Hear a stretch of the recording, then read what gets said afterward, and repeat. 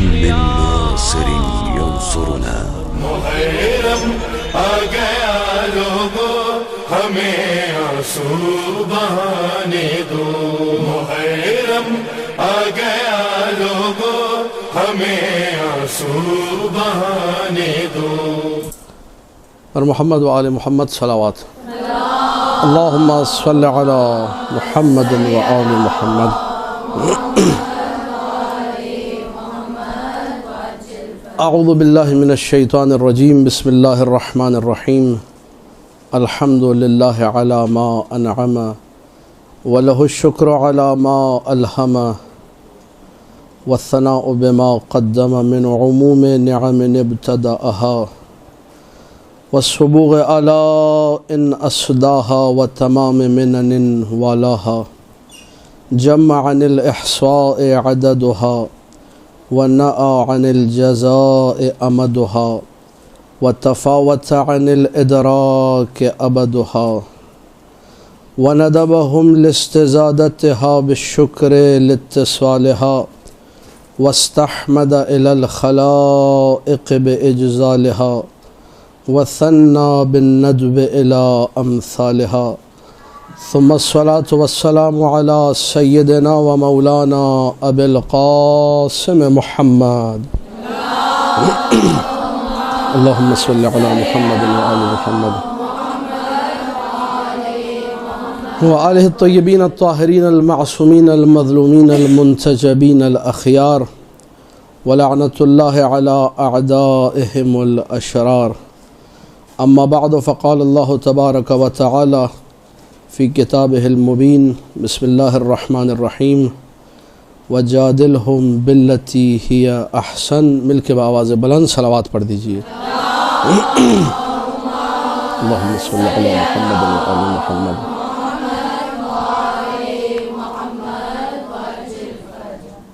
آج کی اس گفتگو کے حوالے سے عرض خدمت یہ ہے کہ بندہ حقیر کو ظاہر سی بات ہے کہ جو حکم دیا گیا ہے جس موضوع کے حوالے سے اس پہ انشاءاللہ گفتگو ہوگی کہ انتخاب موضوع میں ہماری ترجیحات کیا ہیں اور ایک ذاکرہ کو یا ایک ذاکر کو جب موضوع کو چننا ہوتا ہے تو وہ موضوع کو کیسے چنے اور کن مقامات سے چنے یہ پہلا مرحلہ ہے جو موضوع مجھے دیا گیا ہے دوسرا یہ کہ بیجا نکتہ آفرینیاں یہ موضوع کا دوسرا پورشن ہے کہ بعض اوقات خطیب ایسی بے تکی باتیں ممبر سے کر جاتا ہے کہ جن کی کوئی تک نہیں بنتی ہے جن پہ لوگ بسا اوقات مذاق اس کا اڑاتے ہیں کہ کیا بات کر دی تمیز نہیں یہ بات کرنے کی بعض اوقات یہ کہہ دیتے ہیں بعض اوقات کہتے ہیں کوئی جوڑ نہیں تھا یہ بات یہاں کی تھی نہیں پتہ نہیں کہاں سے لا کے ٹھوک دیا اس کو خواہ مخواہ میں جوڑ دیے آپ یہ دو اپنی جگہ ایک مستقل موضوعات ہیں خطیب کے حوالے سے اور بہت ان کا کلیدی جسے کہا جائے عمل دخل ہے خطابت میں لیکن قبل اس کے کہ ان ساری باتوں کی طرف میں آؤں مقدمتاً دو تین باتیں آپ کی خدمت میں عرض کروں گا آپ لوگ بآواز بلند صلوات پڑھ دیجئے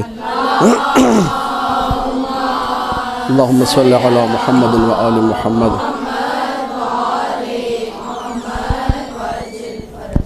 پہلی بات جو تمہیداً عرض کرنا ضروری وہ یہ کہ خطابت کہتے کسے ہیں بہت توجہ فرمائیے گا تاکہ تمہیدیں آہستہ آہستہ استوار ہوں اور بات مکمل ہو جائے خطابت میں بہت سارے لوگ جو کام کرتے ہیں وہ استدلال شروع کر دیتے ہیں دلیلیں دینا شروع کر دیتے ہیں خطابت قطعی طور پر استدلال کا نام نہیں ہے بہت اہم نکتہ ہے بہت کلیدی نکتہ ہے خطابت نام ہے اس چیز کا کہ ایک بات جو کہ پہلے سے آپ کے سننے والے کے ذہن میں نقش ہو اسی کو آپ ایسے بیان کریں کہ آپ کا سننے والا کہے واہ مزہ آ گیا یہ ہے خطابت امیر المومنین کی محبت امیر المومنین کی ولایت سب کے دل میں جتنے شیعہ حیدر کرار ہیں اس کو آپ نے ایسا بیان کیا کہ وہ کہے کہ بھی مزہ آ گیا یہ خطابت ہے خطابت نام ہے سامنے والے کو مطمئن کر دینا سامنے والے کو خوش کر دینا سامنے والا کہے کہ ہاں بھائی کام ہو گیا زبردست یہ ہے خطابت ہم لوگ بہت سارے مقامات پہ درس دے رہے ہوتے ہیں اور کہتے ہیں جی خطابت کی ہے درس کا مطلب کیا ہے درس عربی زبان میں کہتے ہیں رگڑنے کو پیسنے کو درسا یدرسو درسن گندم کو پیسنا اس کے لیے لفظ استعمال ہوتا ہے درس کسی بات کو بار بار ریپیٹ کرنا کسی بات کو بار بار اتنا کہنا کہ سامنے والے کے ذہن میں پختہ ہو جائے اس کو پکی یاد ہو جائے، اس کے ذہن نشین آپ کرا دیں اس بات کو، یہ کہلاتا ہے درس۔ درس میں اور خطابت میں زمین آسمان کا فرق ہے۔ جو ذاکرات اس بات کی طرف اپنی توجہ مرکوز کیے ہوئے ہیں کہ ہم نے خطیبہ بننا ہے، تو پہلی چیز یہ ذہن نشین کریں کہ مجھے بات کرنے کا ڈھنگ آنا چاہیے، کہ میں کیسے بات ایسی کروں کہ سامنے والا کہے کہ ہاں اب جو ہے یہ بات ہمارے ذہن میں نقش ہو جائے گی۔ ہمارے بڑے بڑے جو ہے علماء تھے جو باتوں کو ایسے بیان کرتے تھے، جو خطبہ مثلا، علماء ظاہر عالم الگ ہے، خطیب الگ ہے۔ بہت سارے لوگ عالم ہوتے ہیں بولنا نہیں آتا، خطیب نہیں ہے۔ اظہر حسن زیدی صاحب تھے، بڑے پیارے طریقے سے بڑی سے بڑی بات ایک سے دو جملوں میں کہہ جاتے تھے۔ ایک جملہ ان کا میں پڑھا تھا گزشتہ دنوں سوشل میڈیا کے اوپر، کہنے لگے کہ آل محمد پر لوگوں نے تیر اٹھا لیے، پتہ نہیں نیزے اٹھا لیے، پتھر اٹھا لیے، سب کچھ اٹھا لیا، لیکن آل محمد کے کردار پر کوئی انگلی نہیں اٹھا سکا۔ تو ایک دیکھیے، ایک جملہ کہا، اس کے اندر پورا میسیج دے دیا، بہت بڑا پیغام دے دیا۔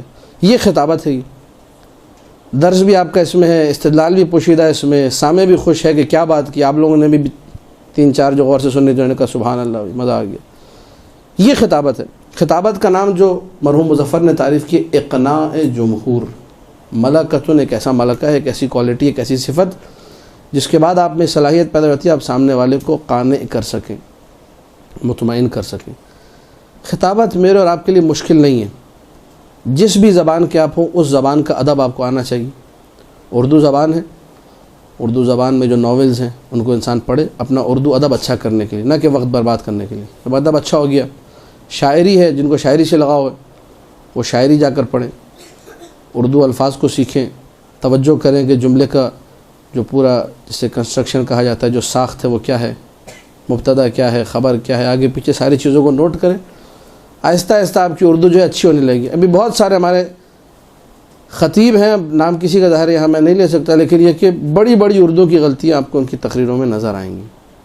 حتیٰ بسا اوقات مذکر و مؤنث کی غلطی نظر آتی ہے، مذکر کو مؤنث پڑھ جاتے ہیں، مؤنث کو مذکر پڑھ جاتے ہیں۔ اچھا، بسا اوقات سبقت لسانی کی وجہ سے ہوتا ہے، تیزی میں بول جانے کی وجہ سے زبان سلپ ہو جاتی ہے۔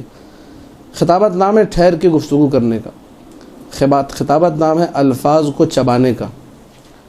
جو الفاظ کو چبانا جانتا ہے وہ بہترین خطیب ہے، جو الفاظ کو ٹھہر ٹھہر کے بولنا جانتا ہے وہ بہترین خطیب ہے، سامنے والے کو جو مطمئن کرنا جانتا ہے وہ بہترین خطیب ہے۔ خطابت ائمہ سلام اللہ علیہم کی نگاہ میں ایک بڑا مقام رکھتی ہے۔ ہمارے ائمہ نے خطیبوں کو مقام دیا ہے، خطیبوں کی باقاعدہ تعریف کی ہے۔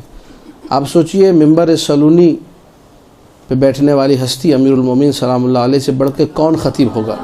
اللہم صلی علی محمد و آل محمد۔ مولا جو خود کائنات کی بہترین خطیب ہے، ابن ابی الحدید معتزلی نے شرح نہج البلاغہ میں یہ لکھا کہ تعلم الناس منہ الخطابۃ والکتابہ، لوگوں نے امیر المومنین سے خطابت بھی سیکھی، لکھنا بھی سیکھا، دونوں فن مولا علی سے سیکھے۔ یہی امیر المومنین ہے، اپنی ان تمام تر جو ہے فصاحتوں، بلاغتوں، خطابتوں کے بعد خود نیچے بیٹھتے تھے، صعصع کو ممبر پہ چڑھاتے تھے۔ آپ لوگوں نے سنا ہوگا یقیناً صعصع بن صوحان، جن کی آج مسجد بھی موجود ہے کوفہ کے اندر، سہلا کے بالکل سامنے ان کی مسجد ہے۔ مولانا نے ان کو کہا تم بہترین خطیب ہو، تم خطبہ دو، میں سنوں گا۔ اس کا مطلب آل محمد کو خطیب کی عظمت کا معلوم ہے، خطیب کو اس کا مقام انہوں نے خود پہچانوایا کہ تم بہترین خطیب ہو، تم توانا خطیب ہو، تم لاجواب خطیب ہو، تم خطابت کرو، میں سنوں گا۔ تو اگر ہم میں سے کوئی بھی اچھی خطابت کرنا جانتا ہو، آل محمد کا ذکر اچھے طریقے سے کرنا جانتا ہو، تو ہمارا جو عقیدہ بنا ہوا ہے اور مسلمہ عقیدہ ہے یہ، اگرچہ اس پہ روایات کم ہیں پر علماء کے جو واقعات ہیں اور بہت سارے قرائن جو موجود ہیں کہ آل محمد مجلسوں میں شریک ہوتے ہیں، تو انسان یہ سوچے کہ میں ذکر کر رہا ہوں تو بیوی شاید سن رہی ہوں اس ذکر کو، امیر المومنین سن رہے ہوں، کوئی آئے نہ آئے، امام زمانہ کی نگاہ تو ہے میرے عمل پر، امام زمانہ سن رہے، تو جتنا اچھا ہو سکتا ہے میں اس کو انجام دوں۔ اب ایک بات کروں گا، اب ممکن ہے کوئی اس بات کو نیگیٹیولی لے، لیکن آپ کوشش کریں گے اس کو پازیٹیولی اپنی نگاہ میں رکھیں۔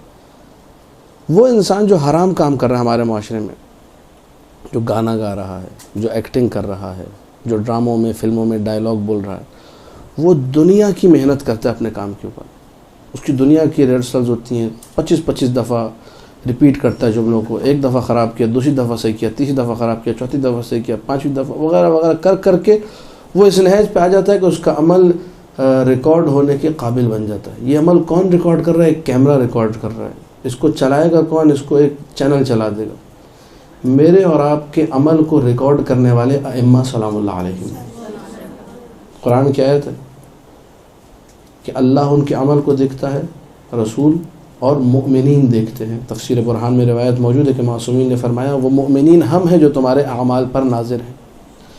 تو آل محمد کا ذکر جو میں اور آپ کر رہے ہیں وہ ریکارڈ ہو رہا ہے امام کی نگاہ میں، امام اس عمل کو ریکارڈ کریں، امام اس عمل کو دیکھ رہے ہیں۔ ہمیں کتنی محنت کرنی چاہیے، دوسرا نقطہ ہے آج کی اس تقریر میں۔ خطابت کے لیے بے انتہا محنت کی ضرورت ہے۔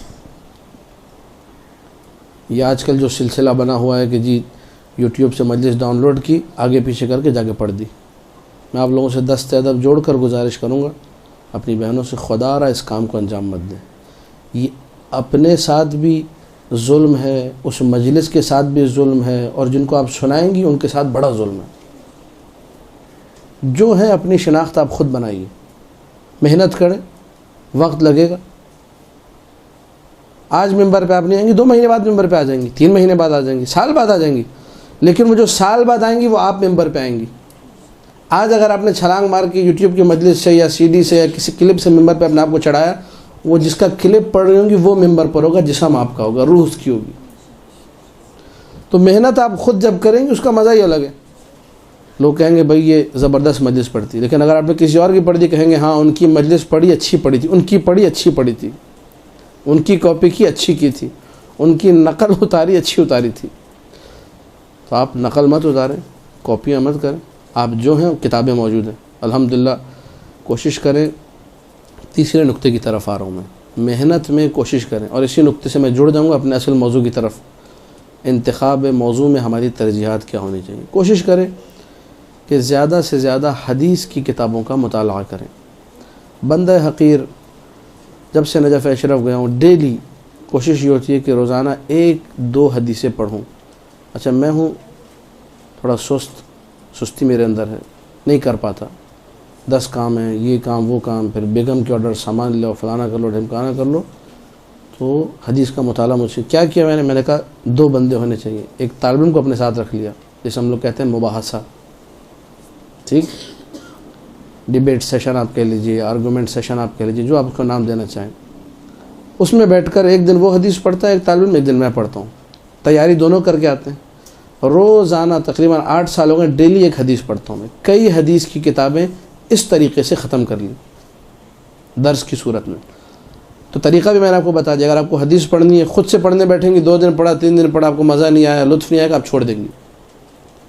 پیئر بنا لیں، کسی وہ لڑکی کو جو آپ کے ساتھ جو ہے ہم آہنگ ہو مزاج میں، آپ کی دوست ہو، قریبی سہیلی ہو، جو بھی ہو، اس کو پکڑنے کے بھائی ہم نے روزانہ یہ کام کرنا ہے، ذاکرہ تم بھی بن رہی ہو، ذاکرہ میں بھی بن رہی ہوں۔ ڈیلی ہم لوگ روزانہ ایک حدیث کا ترجمہ پڑھ کر آئیں گے، کام کریں گے۔ اب مجھے نہیں معلوم یہاں القائم میں آپ لوگ عربک گرامر پہ کام کرتے نہیں کرتے، اگر صرف و نحو آتی ہے آپ لوگوں کو، گرامر پڑھ رہے ہیں آپ لوگ، تو لازمی طور پر عربی کتاب کو پڑھیں، اردو کو چھوڑ دیں، عربی لغت دیکھیں، جو یہ کام کر سکتے۔ جو نہیں کر سکتے وہ ترجمے کے ذریعے مباحثہ کریں، لیکن لازمی طور پر ترجمے پہ بھروسہ مت کریں، کسی عالم سے اس کو ویریفائی کریں کہ مولانا صاحب یہ حدیث تھی، کیونکہ آج کل ترجمے وہ لوگ بھی کر رہے ہیں جن کو بسم اللہ کا ترجمہ بھی ٹھیک سے کرنا نہیں آتا۔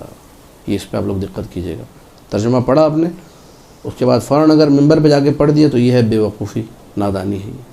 ترجمہ پڑھیں، عالم سے چیک کریں، مولانا صاحب یہ حدیث ہے، یہ ترجمہ لکھا ہوا ہے، کیا یہ صحیح میں سمجھی ہوں، کیا ایسا ہی ہے؟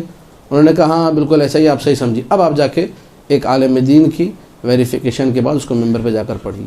یہ وہ احتیاطیں ہیں جس کے بعد آپ کے لغزش کے امکانات کم ہو جائیں گے۔ احتیاط پوری کرنے، کیونکہ ممبر حسین سلام اللہ علیہ، اس ممبر سے مولا حسین کے قربانی کو ہم نے محفوظ رکھنا ہے، اس کو اپنے عمل کے ذریعے، اپنے غلط بیان کے ذریعے سے نقصان قطعاً نہیں پہنچانا ہے۔ تو آپ جتنا ہو سکے کوشش کریں کہ مکمل احتیاط، حدیث کے جملے بھی ہیں، الاحتیاط و طریق النجات، نجات کا راستہ ہی احتیاط ہے۔ انسان جس قدر احتیاط کرے گا اتنا بہترین طریقے سے آگے بڑھے گا۔ تو تیسری چیز جو میں نے آپ کی خدمت میں عرض کی وہ یہ کہ کثرت سے کلام معصوم کو پڑھیں۔ اب 2 سے 3 حدیثیں آپ کی خدمت میں عرض کروں گا کہ کلام معصوم کو پڑھنے کا اثر کیا ہے۔ امام جعفر صادق سلام اللہ علیہ، اللہم صلی علی محمد و آل محمد،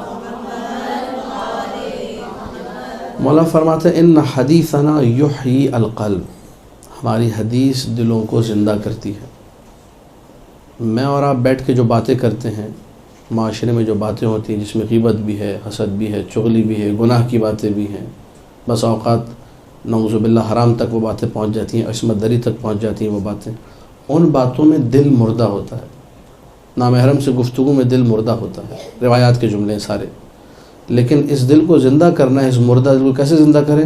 کہا ان حدیثنا یحیی القلب، ہماری بات، ہم اہل بیت کی بات دل کو زندہ کرتی ہے۔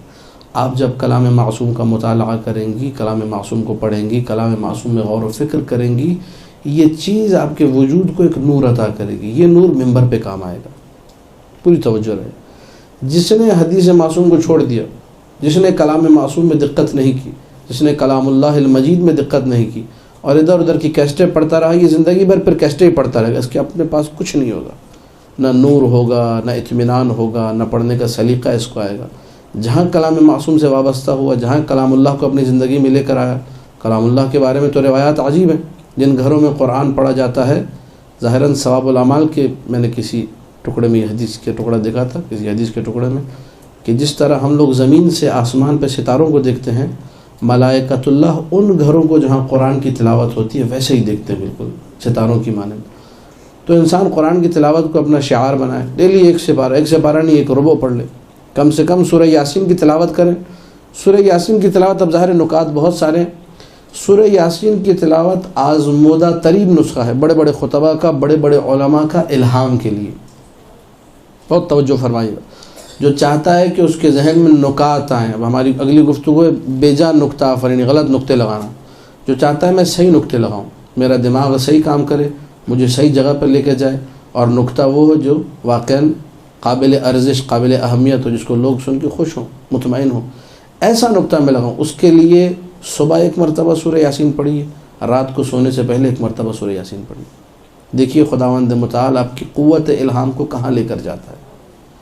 تو یہ ایک نسخہ آپ کو بتانا، اس کو جسے کہا جاتا ہے پلو سے باندھ لینا، یا اپنے ذہن میں اس کو بٹھا لیں اچھے طریقے سے کہ میں نے سورہ یاسین کو ترک نہیں کرنا اگر میں نے بہترین ذاکرہ بننا ہے۔ صبح اٹھی، پہلا کام نماز کے فوراً بعد سورہ یاسین، نماز نہیں بھی پڑھنی سورہ یاسین، سورہ یاسین کو ترک مت کریں، سورہ یاسین ہر حال میں پڑھنی ہے آپ نے۔ سورہ یاسین کو چھوڑنا ہے، اس کا مطلب آپ نہیں چاہ رہی کہ میرے پر الہام ہو، میرے ذہن میں اچھے مطالب آئے۔ حدیث ہوئی ہے، ایک ہی بات ہے، اسی ایک بات سے 10 نقطے آپ کے ذہن میں آتے ہیں۔ وہ نقطے کب ذہن میں آئیں گے؟ جب ذہن پاکیزہ ہوگا۔ سورہ یاسین قلب کو پاکیزہ کرتی ہے، کیونکہ سورہ یاسین قلب ہے قرآن کا، سورہ یاسین قرآن کا دل ہے، تو آپ کے دل کو بھی زندہ کر دے گی، کلام اللہ بھی ہے، آپ کے دل کو حیات دے گی۔ دل جب تر و تازہ ہوگا، ضمیر جب تر و تازہ ہوگا، تو اچھی فکر خود بخود اس کے اندر آئے گی۔ انسان جتنا ہو سکے ان اعمال کی طرف توجہ دے، یہ وہ سائڈ کی چیزیں ہیں جو آپ کی ذاکری کو 4 چاند لگائیں گے۔ اچھے مطالب کا ذہن میں آنا، مسلسل باوضو رہنا، سورہ یاسین کی تلاوت بھی ہو، ساتھ میں مسلسل باوضو رہیں۔ جو لوگ بغیر وضو کے رہتے ہیں، بغیر طہارت کے رہتے ہیں، ان کے اذہان پر شیطانی خیالات پھر زیادہ طاری ہوتے ہیں، وسوسے زیادہ آتے ہیں، ادھر ادھر کی باتیں سننے کا ان کو زیادہ شوق ہوتا ہے۔ مسلسل باوضو رہیں گے تو ایک اللہ کی طرف سے طہارت کا انتظام آپ کے لیے ہو گیا۔ معصوم نے وعدہ کیا، الوضوء علی الوضوء نور علی نور، وضو پہ وضو کر لیا، نور علی نور ہے۔ حتیٰ ایک حدیث میں ہے الوضوء نصف الایمان، آدھا ایمان جو ہے وضو ہے، یعنی بہت زیادہ وضو کے بارے میں احادیث جو ہیں، شطر الایمان کہا گیا، نصف ایک حصہ ہے ایمان کا۔ تو وضو کی تاکید ہے، سورہ یاسین کو پڑھنے کی تاکید ہے، ویسے ہی قرآن کو پڑھنے کی تاکید ہے۔ دوسری چیز آخر یہ نسخہ، یہ آپ کے سائڈ کی چیزیں جو آپ نے کرنی ہے ذاکری کو مضبوط کرنے کے لیے، انشاءاللہ مزید مطالب آ رہے ہیں، بس یہ نسخہ ایک اور بیان کر دیں، اس کو بھی نوٹ کر لیجیے۔ ایک اور اہم ترین چیز، اکثر لوگ کہتے ہیں جی وہ چیزیں یاد نہیں ہو رہی، عربی عبارت یاد نہیں ہو رہی، پڑھتے ہیں، وہ گاڑی میں بیٹھے مجلس پہ جانے کے لیے جتنا پڑھا تھا سب بھول گئے، جتنی آیتیں یاد کی تھی سب ذہن سے نکل گئی، جتنی روایتیں دہرائی تھی وہ آدھی تو غائب ہو گئی، آدھی ہیں اور پتہ نہیں ممبر پہ جا کے کیا پڑھوں گا یا کیا پڑھوں گی وہ معلوم نہیں۔ ایک شخص آیا 7ویں مولا امام موسیٰ کاظم علیہ الصلوۃ والسلام کی خدمت میں، اللہم صلی علی محمد و آل محمد، مولا سے اس نے آ کے یہی شکایت کی جو بھی میں شکایت اپنی اور آپ کی طرف سے پیش کر رہا تھا. بوڑھا ہو گیا ہوں مولا، کچھ یاد نہیں رہتا. اچھا وہ تو بوڑھا تھا، خیر ہم لوگ ماشاءاللہ آج جوان اس کیفیت میں مبتلا ہیں جس کیفیت میں انہیں بڑھاپے میں مبتلا ہونا چاہیے.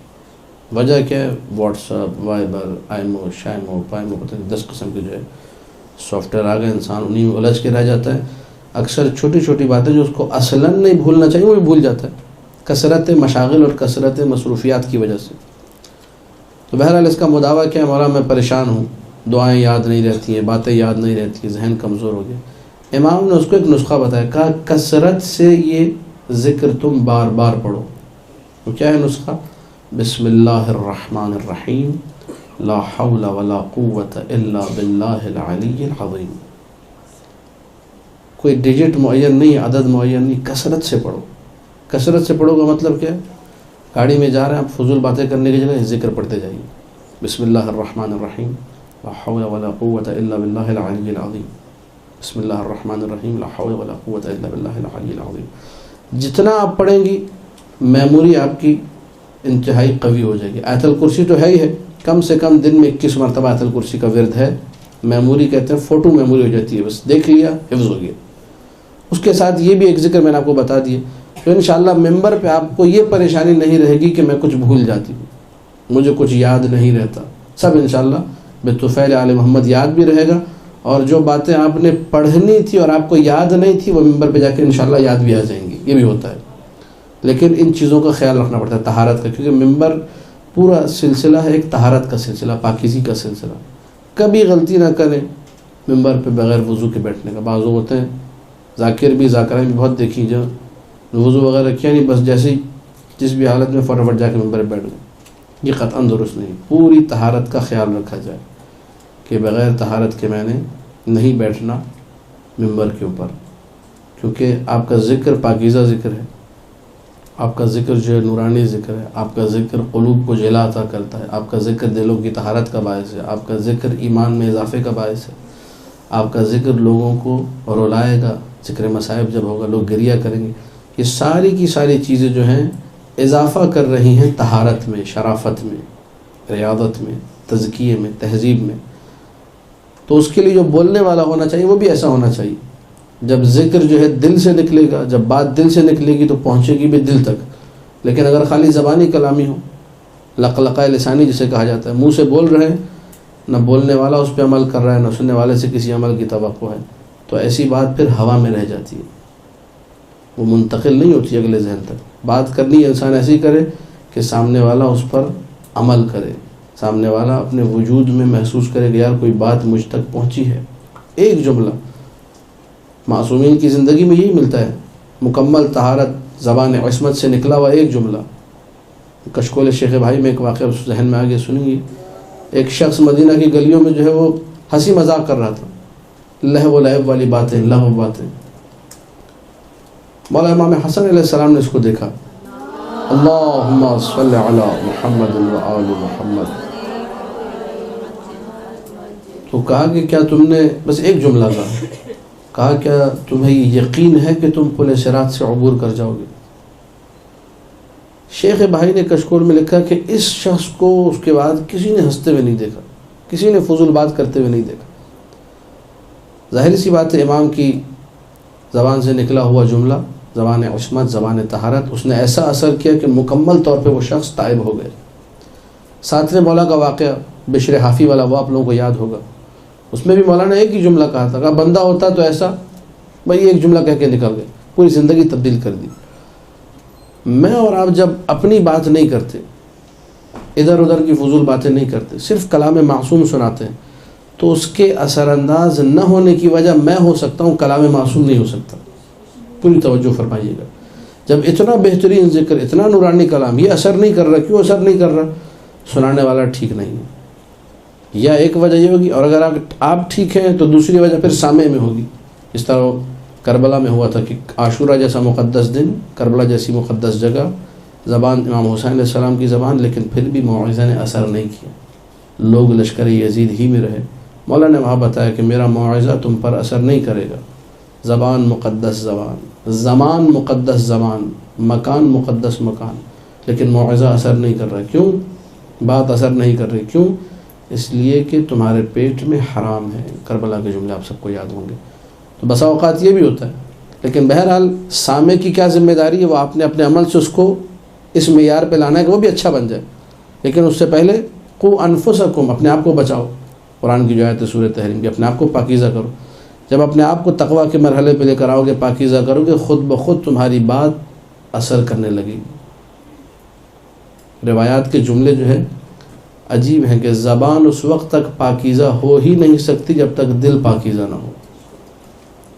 دل کی پاکیزگی بے انتہا ضروری ہے زبان کی پاکیزگی کے لیے. جن لوگوں کا دل خراب ہوگا ان کی زبان سے پھر باتیں بھی عجیب و غریب قسم کی باتیں نکلیں گی. ان کی زبان سے وہ باتیں نکلیں گی جو بسا اوقات معصومین کی اذیت و آزار کا باعث بنتی ہیں. وہ باتیں نکلیں گی جو لوگوں کو دکھ پہنچاتی ہیں. اللہ نے زبان دی ہے لوگوں کو فائدہ پہنچانے کے لیے. امیر المومنین علی بن ابی طالب سلام اللہ علیہ، اللہم صلی علی محمد و آل محمد. مولانا نے فرمایا کہ اللہ نے انسان کو دو تحفے دیے ہیں، دو عطیے ہیں اللہ کی طرف سے. ایک عقل ہے اور ایک زبان ہے. فبالعقل یستفید وبالمنطق یفید. عقل سے وہ سیکھتا ہے، حاصل کرتا ہے، اور زبان سے لوگوں تک بات کو پہنچاتا ہے، لوگوں کو فائدہ پہنچاتا ہے، افادہ کرتا ہے. عقل سے استفادہ یعنی فائدہ حاصل کرنا، زبان سے افادہ ہے لوگوں تک فائدے کو منتقل کرنا ہے، پہنچانا. ذاکر کے لیے جو اہم ترین اس کی ذمہ داری ہے کہ لوگوں کو فائدہ پہنچائے. کسی بھی نہج پر وہ ہو، کسی بھی جگہ وہ گفتگو کر رہا ہو، لوگوں کو فائدہ پہنچائے. اب یہاں سے میں آ جاؤں گا اپنے جو موضوع مجھے آپ کے ادارے کی طرف سے دیا گیا تھا کہ آپ نے گفتگو کرنی انتخاب موضوع کے حوالے سے. دیکھیے، موضوع میں ترجیح جو چیز رکھتی ہے وہ تین چیزیں ہو سکتی ہیں. نمبر ایک، کوئی موضوع ذاتاً ترجیح رکھتا ہے. وہ موضوع ہی ایسا ہے کہ اس میں ترجیح موجود ہے. جیسے ولایت امیر المومنین کا موضوع ہے، محبت امیر المومنین سلام اللہ علیہ کا موضوع ہے. یہ موضوع ذاتاً ترجیح رکھتا ہے. اس کو کسی اور ترجیح کی ضرورت نہیں ہے. بسا اوقات کوئی موضوع ذاتاً اتنی ترجیح نہیں رکھتا، لیکن زمانہ اسے باعث ترجیح بنا دیتا ہے. وقت ایسا ہوتا ہے، زمانہ ایسا ہوتا ہے کہ اب اس کی ترجیح جو ہے بڑھ جاتی ہے. کوئی ایسا مسئلہ ہے فقہی جس میں لوگوں میں مثلاً جہل پایا جاتا ہے، لوگوں کو وہ مسئلہ معلوم نہیں ہے. اب آپ نے وہ مسئلہ بیان کرنا شروع کیا تو ویسے ذاتاً اس کا وہ مقام نہیں ہے مسئلے کا. ایک چھوٹا سا مسئلہ ہے، شریعت کا مسئلہ، جو اس کا فضل ہے وہ مقام اپنی جگہ محفوظ، لیکن ایک اس کو باقاعدہ ممبر پہ ڈسکس کیا جائے، لوگوں کے سامنے برملا بیان کی، اس پہ تقریریں ہوں، خطابات ہوں، ان سب کی ضرورت نہیں ہے. لیکن بعض اوقات زمانہ ایسا ہوتا ہے کہ وہ بیان کرنا ممبر سے ضروری ہو جاتا ہے، تو بسا اوقات زمان ترجیح دے دیتا ہے. یا مثلا کچھ زمانے ایسے ہیں کہ جن سے منسوب باتیں جو ہیں ضروری ہیں. عاشور کا دن ہے، مثلا عاشور کا دن زمانہ ہے. رمضان کا جو مہینہ ہے وہ زمانہ ہے. رجب و شعبان ایک زمانہ ہے، مہینے ظاہر دن راتیں وغیرہ سب زمانہ ہے. شب قدر ایک زمانہ ہے. اب آپ شب قدر میں تقریر کر رہے ہیں تو شب قدر کی ترجیح آ گئی یہاں پر. لیکن اگر آپ آج کے دن بیٹھ کے شب قدر پہ گفتگو کریں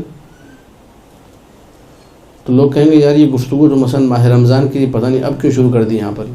ابھی ہم نے نہ شب قدر کے اعمال کرنے نہ کچھ کرنا ہے. ربط قائم نہیں رہ پائے گا. تو بسا اوقات زمانہ ترجیح کا باعث بنتا ہے، بسا اوقات مکان ترجیح کا باعث بنتا ہے. جس جگہ پر آپ ہیں اس کی بھی دو قسمیں ہیں.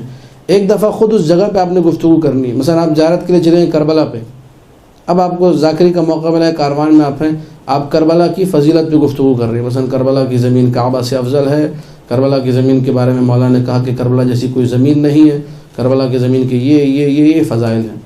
اب چونکہ آپ اس کربلا کی زمین پر انتخاب موضوع ہو گیا کہ کربلا پہ گفتگو کرنی ہے، تو مکان نے آپ کو موضوع چن کے دے دیا. عاشور کا دن ہے، عاشورہ پہ گفتگو کر رہی ہے. لا یوم کیوم عاشورہ، عاشورہ کے دن کے معنی کوئی دن نہیں ہے. لا یوم کیوم یا ابا عبداللہ، لا یوم کیوم قتل الحسین. 5-6 روایتیں آپ نے اٹھائی. عاشور کے دن کا اور کیا مقام ہے وہ آپ نے اٹھایا. عاشور کے دن دشمن کیا کرتے ہیں، دوست کیا کرتے ہیں، وہ پوری ایک تقریر آپ کی تیار ہو گئی. تو بسا اوقات زمانہ آپ کو موضوع دیتا ہے، بسا اوقات مکان آپ کو موضوع دیتا ہے. مکان میں نے بتایا کہ 2 قسم، یا تو خود وہ مکان پہ گفتگو کریں گی، یا یہ کہ اس جگہ جو رہنے والے لوگ ہیں انہوں نے آپ سے تقاضا کیا کسی موضوع کا، وہ کوئی موضوع آپ کو دے رہے ہیں کہ قبلہ ہمارے علاقے میں یہ مسئلے مسائل ہیں، محترمہ ہمارے علاقے میں یہ مسئلے مسائل ہیں، آپ ان پہ گفتگو کیجیے. تو مکان کے رہنے والے آپ کو بسا اوقات موجود دے دیتے ہیں. اور یہ ایک خطیب کے لیے ایک نقطہ بھی ذہن نشین کیجیے، جہاں بھی آپ مجلس پڑھنے جائیں مولا آپ لوگوں کو سب کو توفیق دے گا کہ انشاءاللہ دنیا بھر میں آپ لوگوں کو یہ ذکر اہل بیت کی فضیلت اور سعادت نصیب ہو. یہ ہمارے اساتذہ نے اس نقطے پہ بڑا زور دیا، بہت بیان کیا. نجف اشرف میں ہمارے استاد ہیں آیت اللہ صادق خرسان، فرماتے ہیں جس علاقے میں مجلس پڑھنے جاؤ پہلے اس علاقے کی ثقافت سے اپنے آپ کو آشنا کرو، پہلے اس علاقے کے کلچر سے اپنے آپ کو آشنا کرو، پہلے ان لوگوں کے حال احوال معلوم کرو، کیسے لوگ ہیں، کیا ان کی ثقافت ہے، کیسے رہتے ہیں، مزاج ان کا کیا ہے، کس طبیعت کے مالک ہیں، کون کون سے مسائل ہیں، کیا سننا پسند کرتے ہیں، کون سی باتیں ان کو پسند آتی ہیں، کون سی باتیں ناپسند ہیں. پتہ چلا ان کو جو باتیں ناپسند ہیں آپ نے ساری وہی جا کے ممبر سے کر دی، تو بجائے اس کے کہ وہ ذکر اچھا ہوتا وہاں لڑائی جھگڑے فساد وغیرہ ہو گئے. تو سامع کا خیال رکھنا بے حد ضروری ہے. آپ نے اگر اچھا خطیب بن کر ممبر سے حق ادا کرنا ہے تو سامع کی ناپسندیدہ بات کو بھی ایسے کرنا ہے کہ وہ سکون سے سنے، کہا یہ بڑی بہترین بات ہوئی، مزہ آ گیا بھائی. یہ آپ کا ہنر ہے، ہنر گفتار، ہنر منطق، بولنے کا ڈھنگ سنگ آپ کا ہوگا، یہ کہ آپ کو کیسے بولنا آتا ہے. لیکن اگر ان چیزوں کا خیال نہیں رکھا، پہنچ گئے موضوع آپ نے اپنا چن لیا، بس اس موضوع میں نے تقریر کرنی ہے، تو یہاں کیا کرے جب آپ کو حالات معلوم نہیں ہیں. ایسے موضوع کو چنے جو موضوع ذاتاً ترجیح رکھتا ہو. اس میں ذاتاً ترجیح میں بہترین مثالیں یہ ہیں کہ ائمہ کے فضائل ہیں، قرآن کی آیات آپ نے اٹھا لی، ان کی تفاسیر اٹھا لی. کچھ علاقوں میں آپ لوگ جائیں گے، وہاں پہ لوگ آئیں گے، مولانا صاحب یہ آپ جو ہے نا داڑھی پہ ضرور بولیے گا. اچھا ہوتا کیا ہے، اس کا پھڈا چل رہا ہے کسی دوسرے کے ساتھ، وہ داڑھی کٹا ہے، یہ داڑھی والا ہے، وہ آپ سے کہتے ہیں داڑھی پہ بولیے گا. یہ ہم لوگوں کے ساتھ ہو چکا ہے. آپ نے جا کے مجلس پڑھی داڑھی پہ، اگلے لڑنے کو آگے آپ سے کہا آپ نے کیوں پڑھا بھائی، کل میری اس سے بحث چل رہی تھی، آج آپ نے میرے خلاف بولنا تھا، اور کبھی آپ کو یاد نہیں ہے. اسی طرح اور مثال آپ لوگ بنا لیجئے. یہ جو لوگ آپ کو آگے کہیں نا کہ اس پہ پڑھ دے، ان کی لوگوں کی باتوں میں اگر آپ لوگ گئے بے انتہا نقصان ہوگا. نہیں انشاءاللہ آپ ان سے کہیں دعا کیجئے مولا مجھے ذکر کی توفیق دے، انشاءاللہ ضرور حق تو بیان کرنا ہے. اس قسم کے جملے بول کے فی امان اللہ آپ جائیے اپنا کام کیجئے، ہمیں معلوم ہے ہم نے کیا کرنا ہے. لوگوں کی باتوں میں آنا آپ کے موضوع کو بھی خراب کرے گا، آپ کی شخصیت کو بھی خراب کرے گا. کبھی لوگوں کی باتوں میں آپ نے نہیں جانا. یہ وہ نکات ہیں شاید آپ لوگ اس کو اہمیت نہ دیں، لیکن یہ بہت اہمیت والے نکتے ہیں. بسا اوقات آپ کی پوری جو ذاکری کا جسے کہا جاتا ہے زندگی کا پورا تسلسل ہے، اس کو برباد کر سکتے ہیں اگر ان نقطوں کا خیال نہ رکھا جائے. اور یہ ہوا ہے لوگوں کے ساتھ، چھوٹی چھوٹی چیزیں لیکن بہت اہمیت کی حامل. موضوع آپ نے چن لیا کہ میں نے امیر المؤمنین سلام اللہ علیہ کی محبت پہ تقریر کرنی ہے. اللہم صلی علی محمد و آل محمد.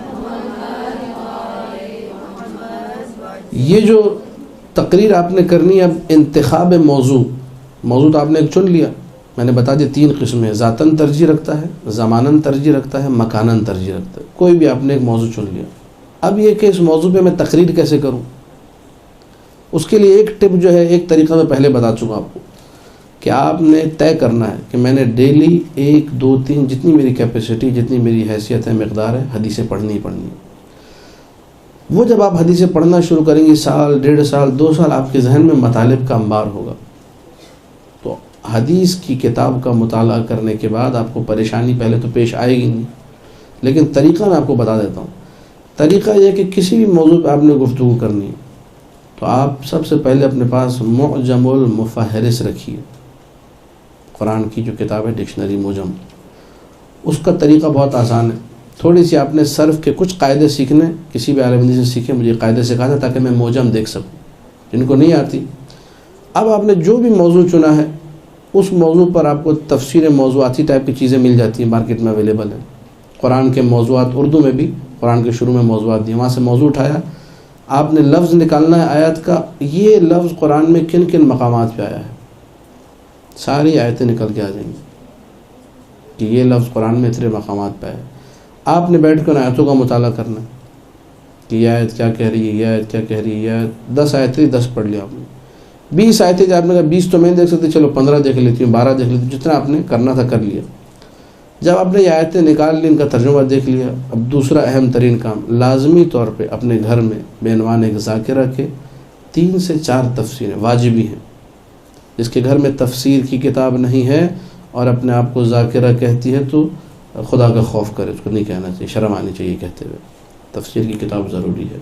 اب اگر کسی کو جملے برے لگیں تو کوئی بات نہیں، کبھی کبھار ایسی باتیں ہو جاتی ہیں۔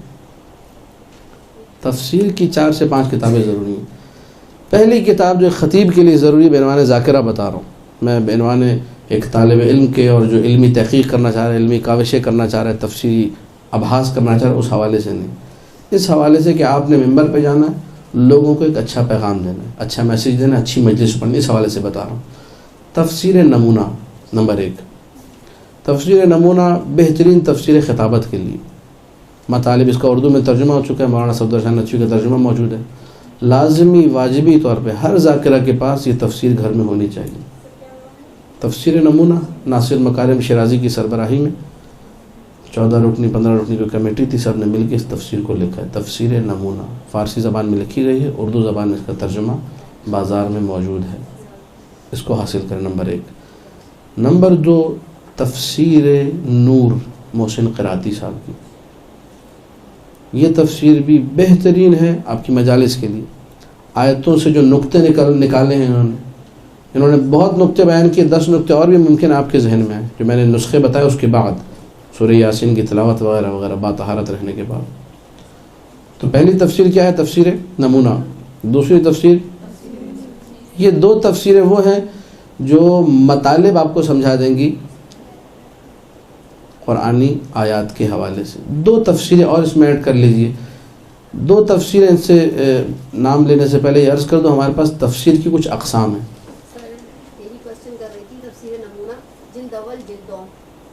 نہیں جلد اول جلد دو نہیں، پورے 15-20 جتنے جلدیں وہ سب لیجیے وہ، تاکہ آپ کو جسم دیکھیں۔ ہم نے ایک مکمل طور پہ ایک ذاکرہ کے لیے بات کر رہا ہوں میں، کچھ سپارے تو نہیں پڑھانے ماہ رمضان میں نے، ٹھیک ہے؟ پوری تفسیر آپ جلدیں 15 جلدیں ہیں تو 20 جلدیں جتنی بھی وہ حاصل کیجیے۔ 2 تفسیریں اور، یہ تفسیریں اس لیے ضروری ہیں کہ ہمارے پاس تفسیر کی اقسام ہیں کچھ۔ تفسیر کی سب سے بہترین قسم ہے تفسیر روائی۔ تفسیر روائی وہ ہوتی ہے کہ جس میں آیت کے ذیل میں کلام معصوم ہوتا ہے، معصوم کی روایت ہوتی ہے، اس سے بہترین تفسیر کوئی نہیں ہے، تمام علماء کا متفقہ فیصلہ۔ تفسیر روائی میں بہت ساری کتابیں موجود ہیں، تفسیر عیاشی ہے، تفسیر قمی ہے، تفسیر فرات کوفی ہے، وغیرہ وغیرہ۔ تو کچھ تفسیریں ایسی ہیں کہ جو بہت زیادہ مختصر ہیں۔ اب میں آپ کو وہ تفسیریں بتا رہا ہوں جو آپ کو انشاءاللہ ممبر کے حوالے سے آپ کے لیے مفید ثابت ہوں گی۔ تفسیر البرہان اور تفسیر نور الثقلین۔ اچھا، البرہان کا مجھے نہیں معلوم ٹرانسلیشن ہوا ہے یا نہیں ہوا، سنا ہے کہ کچھ جلدوں کا ہو چکا ہے۔ بہرحال تفسیر نور الثقلین کا 6 جلدوں پر مکمل ترجمہ بازار میں موجود ہے، یہ آپ لوگ حاصل کیجئے۔ نمبر 2، تفسیر صافی، اس کا بھی ترجمہ مکمل ہو چکا ہے۔ اگر البرہان نہ ملے تو اس کے نعم البدل کے طور پر تفسیر صافی ہے۔ یہ 4 تفسیروں کا کوٹا ہو گیا۔ ایک ذاکرہ کے لیے 4 تفسیر اپنی لائبریری میں سجانا ضروری ہے، گھر میں ایک لائبریری بنانا ضروری ہے، لازمی طور پہ ایک کتاب خانہ گھر میں بنائیں، آپ کے گھر کے اندر یہ کتابیں ہونی چاہیے۔ دوبارہ ریپیٹ کر دوں، تفسیر نمونہ 1، تفسیر نور 2، تفسیر البرہان اور تفسیر نور الثقلین۔ البرہان کا مجھے معلوم نہیں، اگر اویلیبل ہے ترجمہ تو لازمی وہی لینی ہے، اگر نہیں ہے تو آپ لوگ پھر تفسیر صافی لے لیجئے۔ یہ 4 تفسیریں واجبی ہیں، کمپلسری۔ مزید آپ کا ذوق شوق بڑھے گا، آپ مطالعہ کریں گی، لائبریریز میں جائیں گی، دوستوں کے پاس، سہیلیوں کے پاس، ادھر ادھر، تو ان سے ممکن آپ کو کوئی اور اچھی تفسیر بازار میں ترجمہ ہو، وہ آپ لے لیں۔ اردو میں کچھ اور بھی تفسیریں تو ہمارے بزرگ علماء کی تھی، جو میں نے 4 آپ کو بتائیں۔ 2 ان میں سے ایران کے علماء کی محنتیں، اور 2 ویسے اس سے پہلے تفسیر صافی بھی ایرانی کے عالم جناب اللہ محسن فیض کاشانی۔ نور الثقلین جو ہے حویزی صاحب ہیں سعودی عرب کے، شیعہ عالم دین تھے، ان کی تفسیر۔ ان 4 کو ہٹا کے ہمارے پاکستان کے حوالے سے اردو زبان میں جو تفسیریں ہیں جو لکھی ہی اردو میں گئی ہیں، نقن صاحب کی تفسیر ہے فصل الخطاب، لازمی طور پہ اس کو حاصل کریں۔ فصل الخطاب۔ اور جاڑا صاحب کی ایک کتاب ملتی ہے تفسیر قرآن کی، اب وہ مارکیٹ میں مسئلہ ہے کہ اویلیبل نہیں ہے، اگر وہ مل جائے تو مجالس کے لیے، نقطوں کے لیے، مطالب کے لیے بہترین ہے، زبردست تفسیر۔ تفسیر انوار النجف میرے خیال سے نام ہے اس کا، جاڑا صاحب کی تفسیر۔ آپ لوگ ڈیمانڈ زیادہ کریں گے تو انشاءاللہ چھپ کے آ جائے گی، بار بار جا کے کتاب خانوں سے پوچھیں، لوگ سمجھیں گے اس کی ڈیمانڈ بڑھ گئی تو منگوا لیں گے۔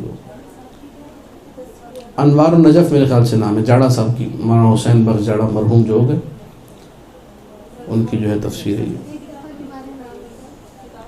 ٹوٹل ابھی تک 6 تفسیریں آپ کو میں نے بتائی ہیں. تفسیر نمونہ اور تفسیر نور یہ تو اردو میں آ چکی ہیں. تفسیر نور الثقلین اور برہان یہ 2 عربی کی تفسیر جن کا اردو میں ترجمہ ہو چکا ہے. نقن صاحب کی تفسیر فصل الخطاب اور جاڑا صاحب کی تفسیر انوار النجف ظاہراً اس کا نام جہاں تک میرے ذہن میں. تو یہ کمپلسری چیزیں ہیں.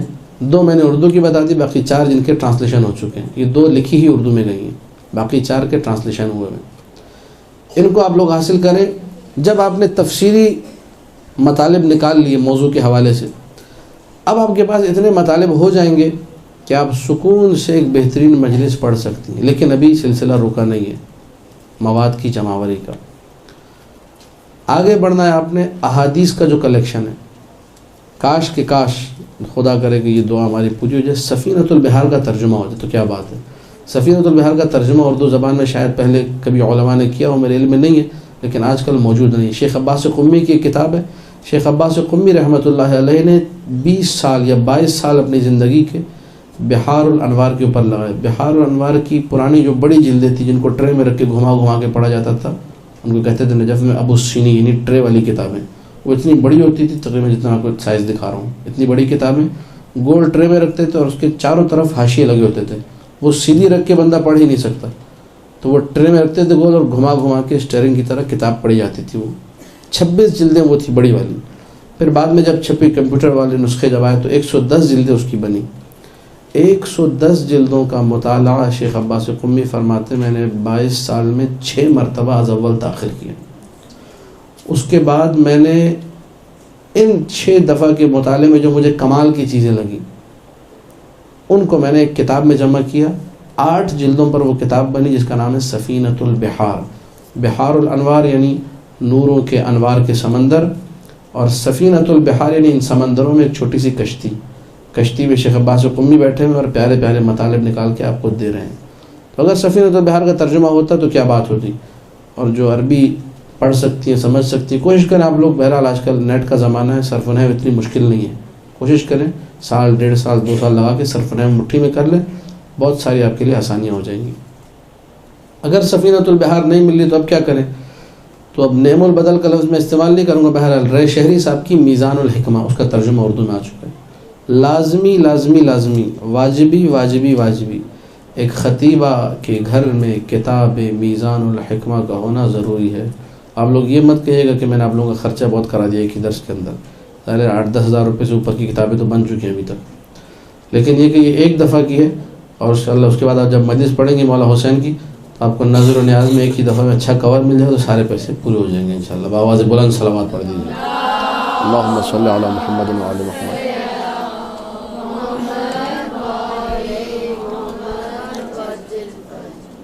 میزان الحکمہ کا کمال یہ ہے کہ اس میں ہر موضوع کے اوپر احادیث آپ کو مل جائیں گی. موضوع وار احادیث ہیں, مختلف ائمہ کا کلام موجود ہے, اور ہر موضوع پر ترتیب سے ایک کے بعد ایک حدیث ہی حدیث ہیں. اور حدیثوں کے اندر بڑے پیارے پیارے مضامین موجود ہیں, کمال کے مضامین موجود ہیں. یہ اگر مضامین آپ کی مٹھی میں آ گئے, پھر آپ کو رات کے 2 بجے بھی نیند سے اٹھا کے بولیں گے کہ بھائی مجلس پڑھی, آپ کہیں گے بسم اللہ الرحمن الرحیم اور مجلس شروع ہو جائے گی. کوئی مشکل آپ کو پیش نہیں آئے گی. 2 سال 3 سال کی محنت ہوگی, اس کے بعد زندگی بھر کی آسانی ہو جائے گی. تحف العقول ابن شعبہ حرانی دوسری کتاب حدیث کی. پہلی کتاب میں نے بتائی سفینۃ البحار, وہ ہے نہیں بازار میں, اس کی جگہ بتائی میزان الحکمہ. میزان الحکمہ کے بعد تحف العقول واجبی ہے. تحف العقول کے بارے میں یہ کہوں گا اس کا مباحثہ کریں آپ لوگ, لڑکیاں آپس میں گروپ بنائیں, روزانہ 1 صفحہ 1.5 صفحہ تحف العقول کا پڑھیں. پوری کتاب کو از اول تاخر پڑھیں. مطالعہ کہا اس کو جاتا ہے جہاں گتے سے گتے تک کی کہانی ہو. یہ جو مطالعہ آج کل ہو رہا ہے یہ مطالعے کے نام پہ جو ہے ظلم ہے. یہ مجلس پڑھ دی, موضوع آپ نے انڈیکس میں دیکھا, گھمایا, یہ ہاں صفحہ نمبر نکالا, پڑھا, فی امان اللہ, کتاب بند کر. یہ غلط طریقہ ہے. مطالعہ کرنا ہے کتاب کو آپ از اول تاخر پوری کتاب پڑھیں گے. جب بہت سی دفعہ یہ ہوتا ہے کہ وہ بات جو آپ نے موضوع دیکھ کے صفحہ نمبر نکال کے پڑھی ہے وہاں لکھی ہوئی ہوتی ہے آدھی, اور آدھا جو ہے نا 500 صفحے پہلے گزر چکا ہوتا ہے. تو وہ جو کمپائلر ہوتا ہے مؤلف, وہ پوری بات یہاں ذکر ہی نہیں کرتا. آپ آدھی بات جا کے ممبر پڑھ دیتے, نقصان آپ کو بعد میں ہو جاتا ہے. لوگ کہتے ہیں تو آپ نے آدھی بات پڑھی, اصل بات تو یہ تھی, آپ نے پڑھا نہیں ہے. تو کوشش انسان یہ کرے کہ مطالعہ جب کرتا ہے تو از اول تا آخر کتاب کا مطالعہ. اس میں یہ تحف العقول کا اردو میں ترجمہ موجود ہے، کئی لوگوں نے کیا ہے، کئی ترجمے اس کے بازار میں موجود ہیں. یہ آپ جو ہے لازمی طور پہ کتاب تحف العقول. کتنی کتابیں ہو گئی؟ تفسیر کے بعد 6 تفسیر کی بتائیں گے، اس کے بعد 4 نہیں 6 بتائیں تفسیر کے. میں نے آپ لوگ حدیث کے بھی 2 بتائیں میں نے، میزان الحکمہ اور تحف العقول. ٹھیک. تیسری کتاب، توجہات آپ لوگ یہاں رہیں، تیسری کتاب جو ہے تحف العقول کے بعد، یہ بہت امپورٹنٹ کتاب ہے، اہم ترین کتاب ہے، لازمی ترین کتاب ہے. ہمارے پاس ہوتا کیا ہے، اب توجہ فرمائیے کہ یہ نقطے بہت قیمتی نقطے ہیں جو کہ سالوں کی جو ہے زحمتوں کے بعد بسا اوقات حاصل ہوتے ہیں. آپ کی خدمت میں اس مجلس میں عرض ہو رہے ہیں. ایک حدیث آپ پڑھتے ہیں اور اس کا مثلا پوسٹر بھی بن جاتا ہے، اس کے پمفلیٹ بھی بن جاتے ہیں، اس کے پینفلیکس بھی لگ جاتے ہیں، چاروں طرف ترجمہ کر کے حدیث لگ گئی. جبکہ حدیث کا سینیریو کیا ہے، کہاں بات ہو رہی ہے، کس وقت کی بات ہو رہی ہے، کب کی بات ہو رہی ہے، کسی کو پتہ ہی. اس سے بہت زیادہ غلط میسج جاتا ہے بسا اوقات. حدیث کو سمجھنا، امام معصوم کا جملہ ہے، حدیث تدریح خیر من 1000 ترویح. ایک حدیث جسے تم سمجھو 1000 ان سے بہتر ہے جنہیں تم پڑھو. ایک حدیث کا سمجھنے کا ثواب، سمجھنے کا اجر کتنا ہے؟ 1000 حدیثوں کے پڑھنے جتنا اجر. 1000 حدیث آپ نے روایت کی، سلسلہ سند بھی پڑھا، حدیث بھی پڑھی، کتنا اجر ملا؟ ایک حدیث میں غور و فکر آپ نے کیا، اس کو سمجھا، اس کا اجر اتنا ہے. تو سمجھنے کی بے انتہا اہمیت ہے. ہم لوگ بسا اوقات منبر پہ جاتے ہیں، حدیث کتاب سے اٹھا کے پڑھ دی جا کے، غور و فکر نہیں کیا. معصوم نے فرمایا ہمارے کلام میں غور و فکر کرو. ہمارا کلام بھی جس طرح قرآن معجزہ ہے، کلام معصوم بھی معجزہ ہے. 25 نکات آپ کے ذہن میں آئیں گے. تو اب بہت ساری احادیث ایسی تھی جو سمجھ میں نہیں آتی تھی، قابل ہضم نہیں تھی، لوگوں کو پتہ نہیں تھا ان کا معنی کیا ہے. خود معصوم سے جا کر پوچھا کہ مولا یہ جملہ اس کا مطلب سمجھ میں نہیں آیا. آج کل کی جو ٹرمینالوجی آپ کہہ لیں، اس کی اصطلاح کہہ لیں، جو ورڈ خاص، وہ ہے غریب الحدیث. علم بن چکا باقاعدہ پورا علم غریب الحدیث. غریب الحدیث کیا ہے؟ حدیث کے مشکل الفاظ، حدیث کے نامانوس الفاظ، حدیث کے غیر قابل فہم الفاظ، ان کو حل کرنا، ان کو سمجھنا کہ بابا ان کا مطلب کیا ہے. پہلی کتاب عالم تشیع میں جو لکھی گئی حدیث کے مشکل الفاظ کو سمجھنے کے لیے، غریب الحدیث کو سمجھنے کے لیے، وہ شیخ صدوق نے لکھی ہے، جس کا نام ہے کتاب معانی الاخبار. ٹھیک. اردو میں اس کا ترجمہ موجود ہے. اب کچھ ترجمے اس میں پھر کہا کہ غلطیاں ہیں، میں پڑھ چکا ہوں وہ ترجمے، ان میں کافی غلطیاں ہیں. آپ لوگ لازمی طور پہ ویریفائی کریں. عربی مل جائے تو کیا بات ہے، سبحان اللہ. تو تیسری کتاب ہو گئی معانی الاخبار. پہلی کتاب دوبارہ سن لیجیے، میزان الحکمہ. دوسری تحف العقول. تیسری کیا ہے؟ معانی. یہ 3 کتابیں. معانی الاخبار کے بارے میں پھر وہی جملہ دہراؤں گا، اس کا آپ لوگ مباحثہ کریں، گروپ بنا کے اس کو بیٹھ کے ایک گیدرنگ میں پڑھیں، اس پہ ورک کریں، کام کریں، زندگی بھر آپ لوگ فائدہ اٹھائیں گے. ایک چھوٹی سی میں مثال دوں گا، آپ باواز بلند صلوات پڑھ دیجیے.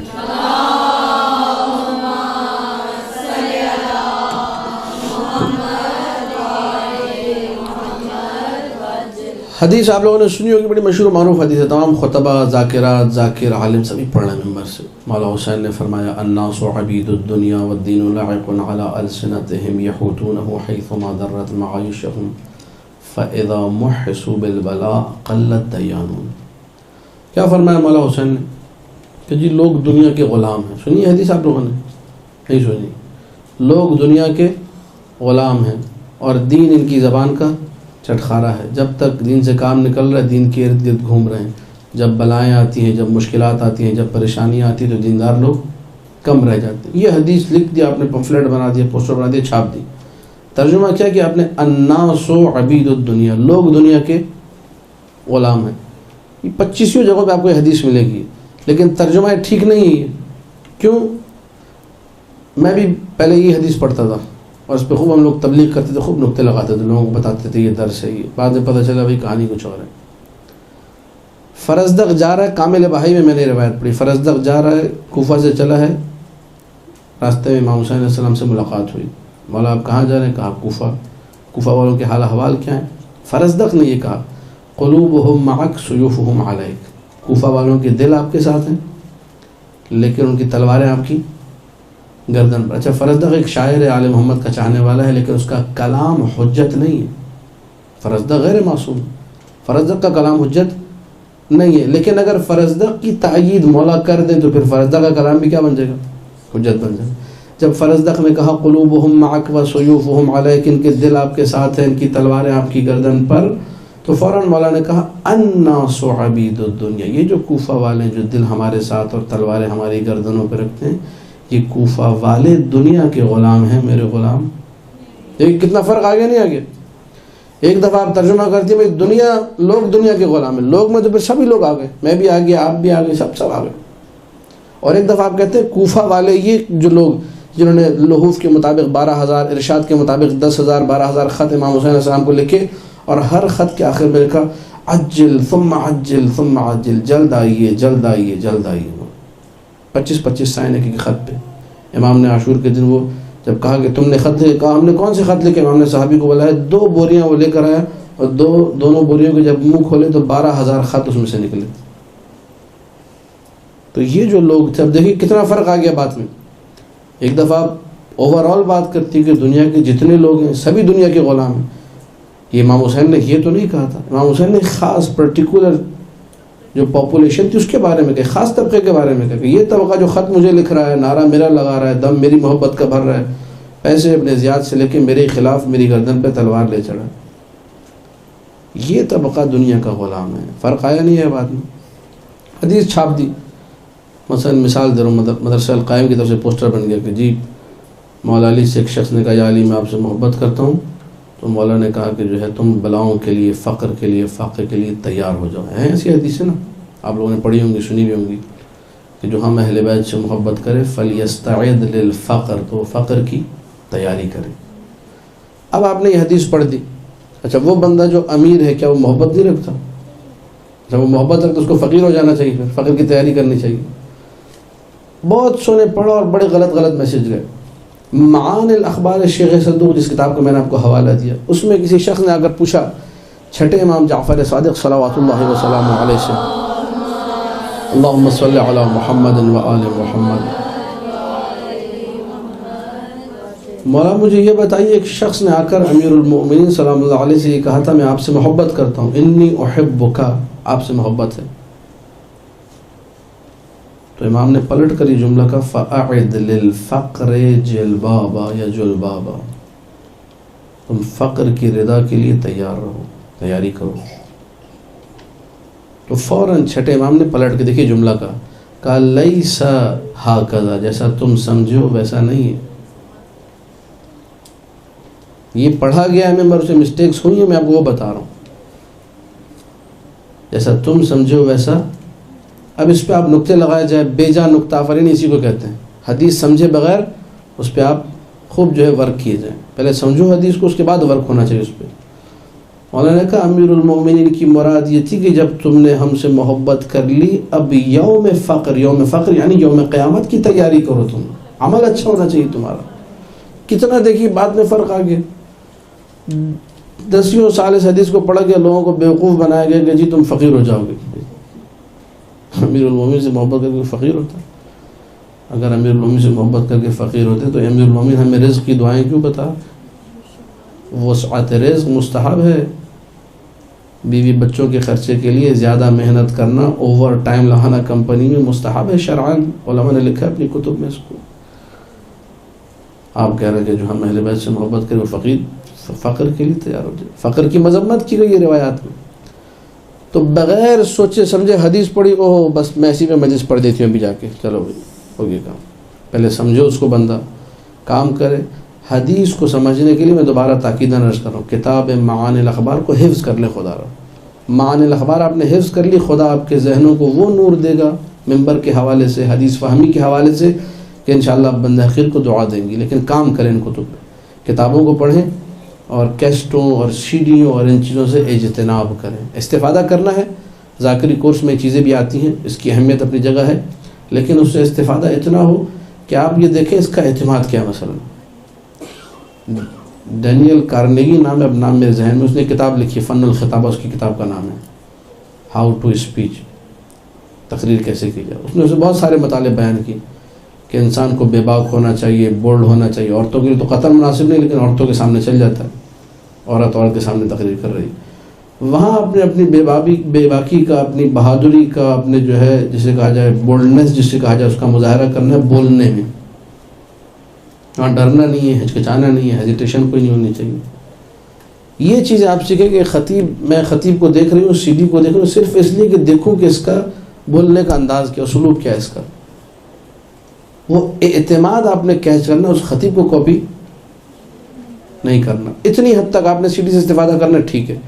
یا مثلا میں مصائب پڑھنا چاہتی ہوں, مقتل کی جو روایتیں ہیں مثلا وہ اتنی سخت اور عجیب اردو ہے کہ میں نہیں پڑھ سکتی, تو میں مثلا علامہ طالب جوہری صاحب ہیں, ذیشان حیدر جوادی صاحب ہیں, رشید ترابی صاحب جو ہمارے قدیم خطبہ و علماء ہیں, ان کی سی ڈی سنتی ہوں تاکہ وہ الفاظ مجھے ملے. دقت فرمائیے گا, الفاظ ڈٹو کاپی اتار کے وہی جیسا انہوں نے پڑھا ہے ویسا پڑھ دو, یہ کمال نہیں.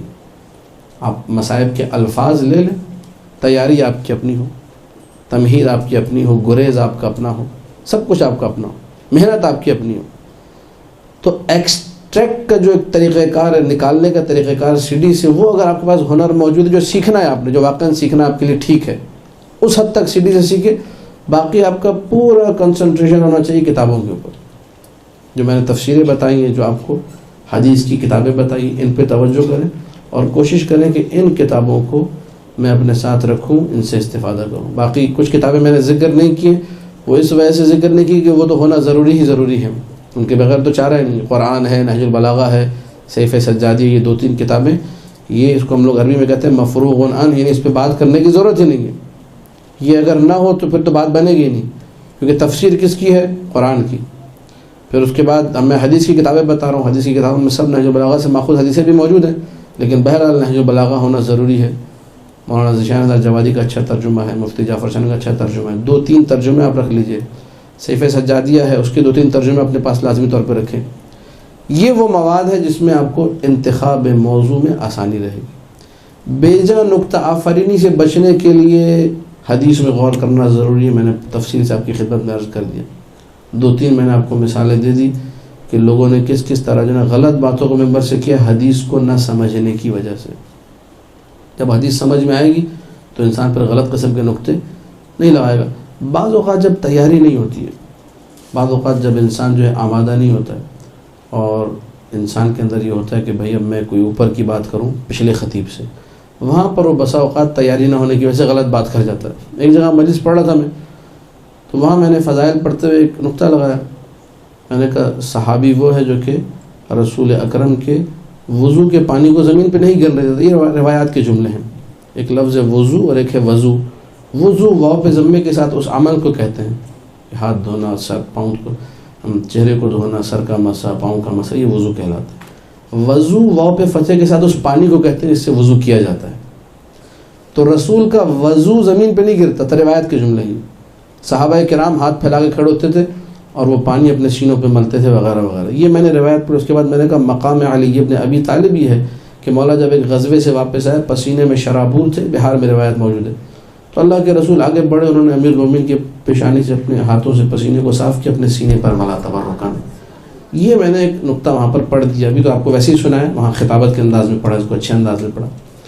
میرے بعد ایک اور صاحب آئے خطیب, انہوں نے کہا کہ شاکری صاحب ابھی تھوڑی دیر پہلے یہ کہہ رہے تھے کہ صحابی جو ہے اللہ کے رسول کے وضو کا پانی زمین پہ نہیں گرنے دیتے تھے, تو اگر صحابی وضو کے پانی زمین پہ نہیں گرنے دے رہا تو میرا مولا علی جو ہے نبی کے جوتوں میں ٹانکا لگاتے تھے. خاصف النعل والوں نے حدیث پڑھ دی. میں سر پکڑ کے بیٹھ گیا. میں نے کہا یار بندہ کوئی اوپر کی بات کرتا ہے, ذرا نقطہ ایسا لگاتا ہے کہ جو جڑے. صحابی وضو کا پانی سمیٹ رہے ہیں, امیر المومنین جوتے میں پیوند لگا رہے ہیں. درست فضیلت ہے, لیکن یہاں ربط اس کا آپس میں یہ کہلاتی بیجا نقطہ آفرینی. یعنی آپ نے نقطہ تو لگا دیا ایک جا کے, لیکن وہ نقطہ ایسا لگایا کہ اگلا بولے کیا کیا یہ انہوں نے. جو نقطہ یہاں بنتا ہے نہیں بنتا ہے.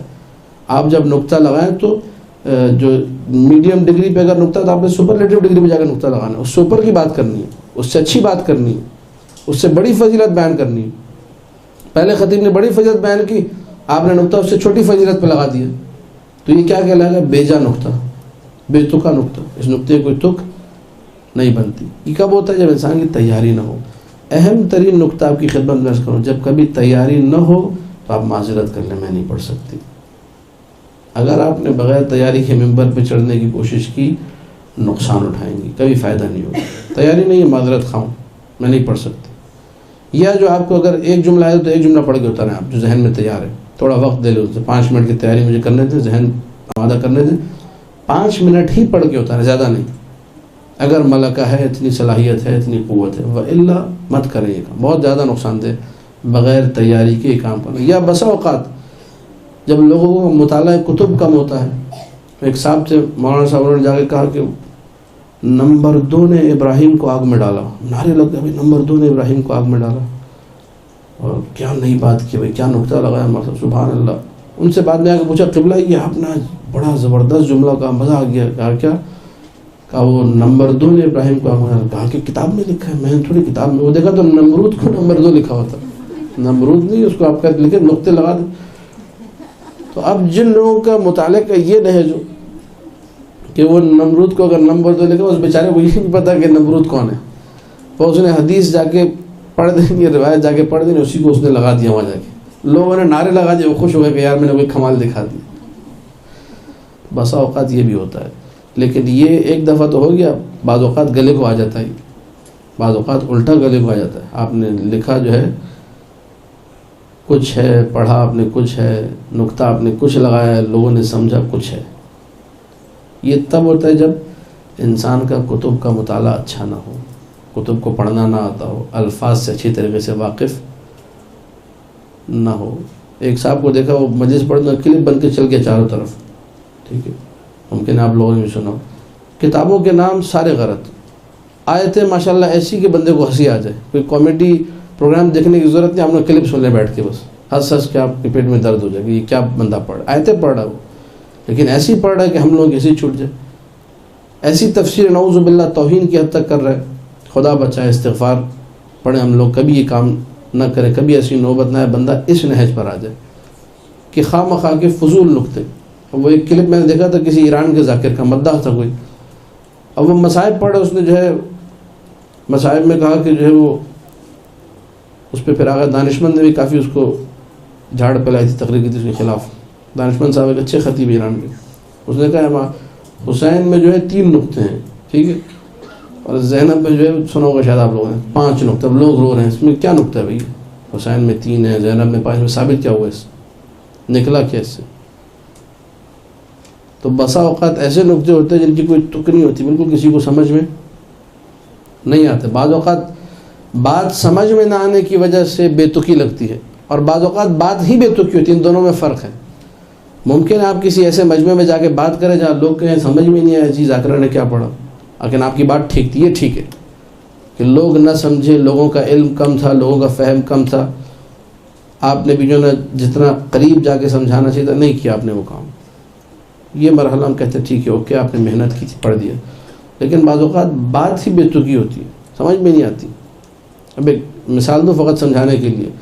اکبر الہ آبادی کا ایک شعر ہے، کالج میں ہے ہر سو تومڑی، 2 دونی 4 فاکس مانی لومڑی. آپ نے یہ شعر سنا، آپ نے کہا اس کا کیا مطلب ہے؟ کالج میں ہے ہر سو تومڑی، 2 دونی 4 فاکس مانی لومڑی. کچھ شعر کا مطلب سمجھ آیا؟ نہیں آیا. کیوں سمجھ میں نہیں آیا؟ کیونکہ آپ کو لفظ معلوم نہیں ہے تومڑی کا مطلب کیا ہے. اب آپ نے موبائل میں فیروز اللغات کی اپلیکیشن ڈاؤن لوڈ کی، آپ نے نکالا اس کو، تومڑی کا مطلب کیا ہے پتہ چلا. تومڑی ایک ساز کو کہتے ہیں، ایک آواز کو کہتے ہیں. اب شعر سمجھ میں آ جائے گا. کالج میں ہے ہر سو تومڑی، یعنی کالج میں ہر سو چاروں طرف یہ آواز آ رہی ہے. 2 دونی 4 یعنی میتھ کے پیریڈز ہو رہے ہیں وہاں پر، ریاضی پڑھی جا رہی ہے. فاکس مانی لومڑی یعنی انگریزی بھی پڑھی جا رہی ہے. اب واضح ہو گیا. اس سے پہلے آپ کے لیے واضح تھا یہ کتنا بے تکا شعر ہے. کیا ہوا آپ ہنسے اس پہ کہ کیا بیکار سا شعر ہے. لیکن جب تومڑی لفظ کا مطلب سمجھ میں آ گیا کہ یہ مطلب ہے، اب بات واضح ہوگی. تو بسا اوقات ایسی چیزیں ہوتی ہیں جو پہلے سمجھ میں نہیں آتی، بعد میں سمجھ میں آ جاتی ہیں، مطلب کو، الفاظ کو سمجھنے کے بعد. یہ پھر اس کو ہم لوگ کہتے ہیں ٹھیک ہے چلے گا. بدترین مرحلہ، انتہائی پستی والا مرحلہ، وہ مرحلہ کہ جہاں بولنے والے کو پتہ نہ ہو میں کیا بول رہا ہوں. اس بیچارے کو خود ہی نہیں پتہ ہوتا وہ کہہ رہا ہے. اس کی بھی ایک مثال سن لیجیے اور اس کے بعد انشاءاللہ تھوڑا سا ذکر مصائب. ابھی گزشتہ دنوں میں قصور میں تھا آپ ایک صاحب آئے کہنے لگے آغا صاحب آپ کو میں ایک راز کی بات بتاتا ہوں، بڑے راز کی بات ہے، میرے بالکل قریب آ گیا، میں ڈر گیا، میں نے کہا پتہ نہیں کون سی ایسی بات بتا رہا ہے اتنی راز کی بات۔ جی جی بسم اللہ بتائیے۔ کہا آپ نے یہ چشتی صاحب کی وہ سنی ہے ربائی خواجہ معین الدین چشتی کی؟ میں نے کہا ہاں سنیے، وہ شاہ اسد حسین باز۔ کہنے لگے قبلہ اس کے 4 نہیں 6 شعر ہیں اس کے۔ میں جو مجھے پتا تھا پہلے سے کلپ میں سن چکا تھا، اتنا انہوں نے قریب آ کے اتنا آہستہ بولا، اتنے جو عجیب طریقے سے بولا، میں ڈر گیا تھا کہ پتہ نہیں کوئی غلط خبر نہ دے رہے میرے پاس۔ میں نے کہا آپ کو یہ معلوم ہے کہ ربائی میں ہوتے ہی 4 شعر ہیں؟ ربائی عربی زبان کا لفظ ہے، ربائی کا مطلب ہی 4 ہے۔ اوہ قبلہ میں تو اور ہی نہیں کیا اس پہ۔ پھر اس نے وہ 2 شعر سنا، میں نے کہا نہ ان 2 شعروں کا قافیہ درست ہے نہ ردیف درست ہے۔ اچھا جس بندے نے یہ شعر پڑھا، اس احمق الناس، اس بیوقوف ترین شخص نے ندائے روحی روح است حسین، اس کا قافیہ اور ردیف نہیں ملتا، پتہ ہے آپ لوگوں کو تھوڑی سی بھی شاعری آتی ہے۔ پناہ است حسین، شاہ است حسین، دی پناہ است حسین، بنا لا الہ است حسین۔ اب یہاں پہ کہہ رہے روح است حسین، تو یہاں پہ ہونا چاہیے تھا راہ است حسین مثلا، تب بنتا قافیہ اور ردیف درست۔ اس کے بعد انتہائی بیہودہ اسم است اللہ ذات است حسین، یہ جو جملہ اس بندے نے کہا ہے اسم است اللہ ذات است حسین، اس شخص خبیث نے، اس کو خود نہیں معلوم میں نے کیا کہا ہے، یہ انتہائی بیتو کی بات ہے، یہ بولنے والے کو خود نہیں پتہ ہے کہ اس نے کیا کہا ہے، اس کو پتہ ہی نہیں اس کا مطلب۔ مجھے 100% یقین ہے کہ بولنے والے کو معلوم نہیں ہے۔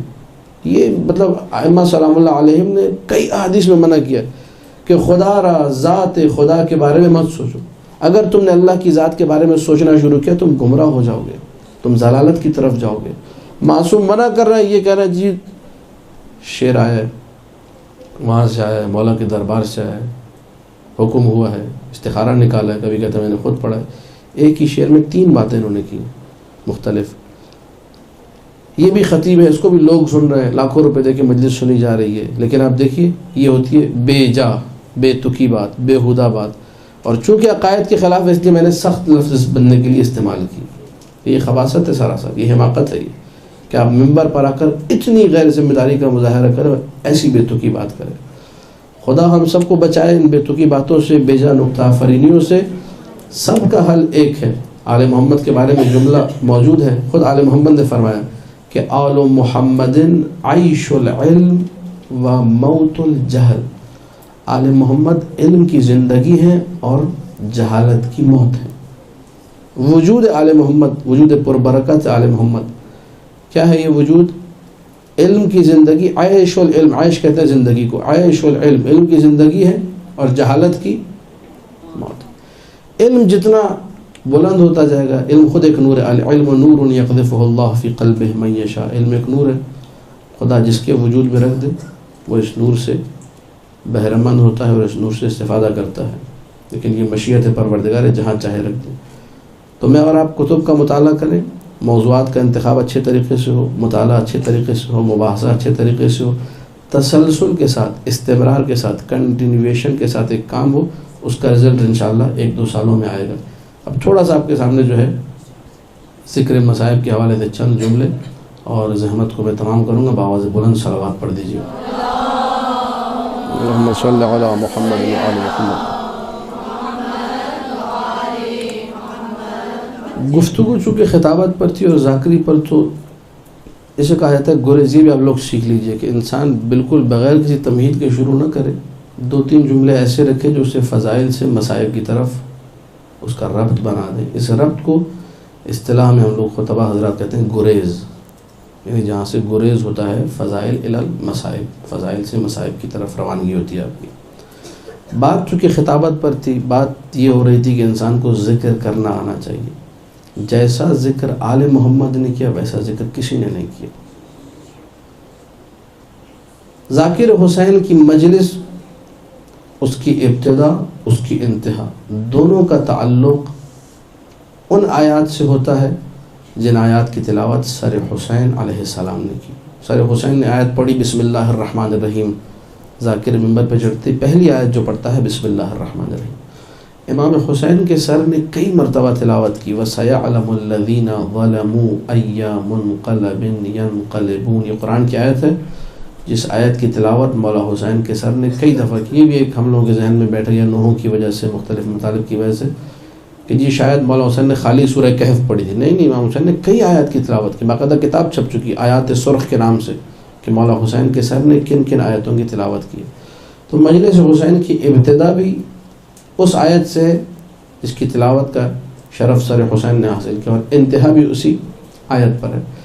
سر حسین سلام اللہ علیہ جب روانہ ہوتا ہے کربلا سے کوفہ، کوفہ سے شام، مسلسل، تو جہاں اس سر نے آیتوں کی تلاوت کی ہے، جہاں اس سر نے کچھ گریہ کیا ہے اپنے آل و اولاد کو دیکھ کر، وہاں اسی سر سے خطاب کر کے بیویوں نے بھی کبھی اشعار پڑھے ہیں، کبھی بیان کیے ہیں، کبھی کچھ کہا ہے. خطابت صرف یہ نہیں کہ انسان آ کے ممبر سے کچھ کہتے، بسا اوقات بیان خود ایک پوری خطابت ہوتا ہے. بیان اتنا درد بھرا ہوتا ہے، اس میں ایسے مضامین ہوتے ہیں جو پوری خطابت ہے. جناب سکینہ سلام اللہ علیہ کے بیان بھی ہمیں تاریخ میں ملتے ہیں، کہ جو بیان شام میں انقلاب برپا کر گئے، جنہوں نے شام والوں کو جھنجھوڑ کے رکھ دیا. لیکن یہ بی بی 4 سال کا سن، اور یہ بھی ایک مقدمتاً بات عرض کر دوں، 1-1.5 منٹ کی تمہید، کہ پاکستان میں جسے سکینہ کہا جاتا ہے، عراق، ایران، شام میں اسے حضرت رقیہ کہا جاتا ہے. مصائب سیم ہیں، باتیں سیم ہیں، مطالب سیم ہیں. ساری کی ساری بات ہو رہی ہے 4 سالہ بچی کی جو شام کے زندان میں مدفون ہے. اس بچی کا ذکر، اس بچی کے مصائب ہیں مسلمات میں سے، کوئی انکار نہیں کرتا. تواریخ موجود ہیں، شواہد موجود ہیں، بڑے بڑے علماء نے اس بات کو اپنے منابر سے بیان کیا. یہ 4 سالہ بچی کے بارے میں روایت کے عجیب و غریب جملے، کتاب سرور المؤمنین مصائب کی کتاب، اس میں لکھا ہوا ہے یہ 4 سالہ مولا حسین کی بچی، اس کی عادت یہ تھی کہ جب جب نماز کا وقت ہوتا تھا مصلی بچھا کے بیٹھ جاتی تھی، میرے بابا آئیں گے اور اس پر نماز پڑھیں گے. شام غریبہ کے وقت اس بچی نے، 4 سالہ بچی نے، وہ مصلی بچھایا اور بیٹھ کر رونے لگی کہ میرے بابا ابھی تک آئے نہیں، نماز کا وقت ہو گیا. تھوڑی دیر میں دیکھا کہ شمر آتا ہے، اور شمر جب آتا ہے تو پوچھتا ہے بچی تو یہاں کیوں بیٹھی ہے؟ رو کر کہتی ہے کہ این ابی الحسین، میرے بابا حسین کہاں ہے؟ وہ میرا انتظار کرتے تھے کہ میں مصلی بچھاؤں، آج میں نے مصلی بچھا لیا لیکن بابا نہیں آئے ہیں. ہزار شمر آگے بڑھتا ہے. مقتل کا جملہ یہ ہے، مصلی کو کھینچتا ہے اور ایک تماشا مارتا ہے اس بچی کے منہ پر. اس بچی کی خصوصیت یہ ہے، جب بھی کہا ہے نا این ابی الحسین، میرا بابا حسین، تب تماشا کھایا، تب کوڑا کھایا اس بچی نے. شام کا سفر ہے، کربلا سے کوفہ کا سفر ہے، ہر مقام پر جہاں بابا کو یاد کیا وہاں ظلم ہوا ہے. اس بچی کے مصائب ایسے مقاتل میں لکھا ہے، کئی مرتبہ اونٹوں پر جب بیٹھی ہوئی تھی یہ بچی، کبھی اپنی پھوپھی زینب سے کہا، کبھی ام کلثوم سے کہا، کبھی رباب سے کہا، کبھی کسی اور بیوی سے کہا کہ مجھ سے اونٹ پر بیٹھا نہیں جا رہا، مجھے بہت تکلیف ہو رہی ہے. ایک اونٹ تھا معال سبتین میں روایت موجود ہے، سفید اونٹ، وہ جا کے دوسرے اونٹوں کے کان میں کچھ جملے کہتا تھا. کسی نے زین العابدین سے پوچھا کہ مولا یہ بتائیے یہ اونٹ دوسرے اونٹوں کے کان میں کیا کہہ رہا ہے؟ تو رو کر زین العابدین نے جواب دیا تھا، یہ دوسرے اونٹوں سے کہہ رہا ہے ذرا آرام آرام سے چلو، تم پہ علی کی بیٹی زینب سوار ہے، تم پہ رباب سوار ہے، ام کلثوم، سکینہ اور رقیہ سوار ہے. جانور احترام کر رہا ہے لیکن مسلمان احترام نہیں کر رہے. عزاداروں ایک مرحلہ ہوا ہے، یہ روایت بھی معال سبتین میں موجود ہے کہ قافلہ رک گیا، سر حسین نور کے نیزہ سے زمین پہ گرا، نیزے کی انی زمین میں گڑ گئی، قافلہ سارا رک گیا.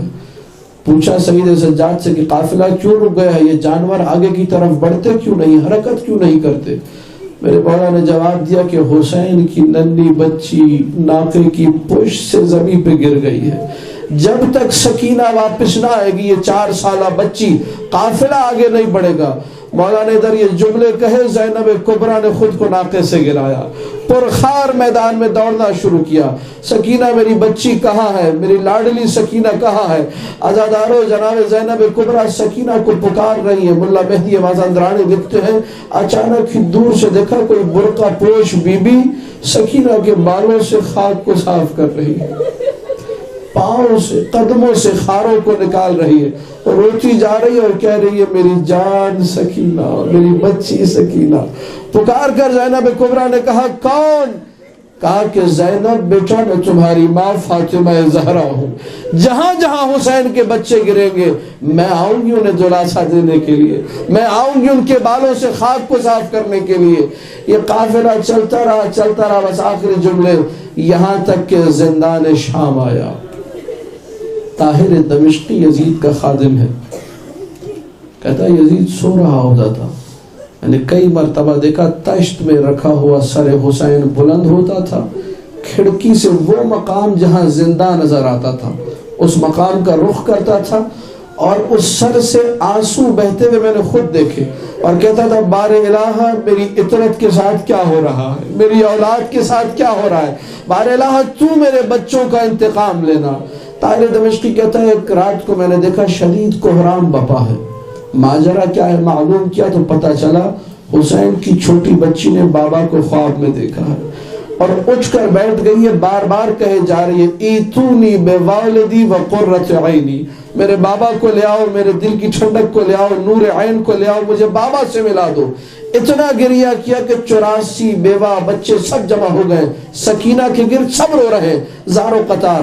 طاہر دمشقی کہتا ہے یزید اٹھ کر بیٹھ گئے، کہنے لگا یہ کوہرام کیسا ہے، یہ گریہ کیسا ہے؟ میں نے کہا کہ حسین کی ایک چھوٹی سی بچی ہے، کہتی ہے مجھے بابا سے ملا دو۔ کہا تو جاؤ ملا دو۔ میں نے کہا بابا نہیں ہے، کہا بابا نہیں ہے تو بابا کا سر تو ہے، ارفعوا رأس الحسین وحطوا بین ایدی، جاؤ سر حسین کو لے جاؤ اور اس بچی کے سامنے پھینک دو۔ اس لعین نے یہ جملے کہے۔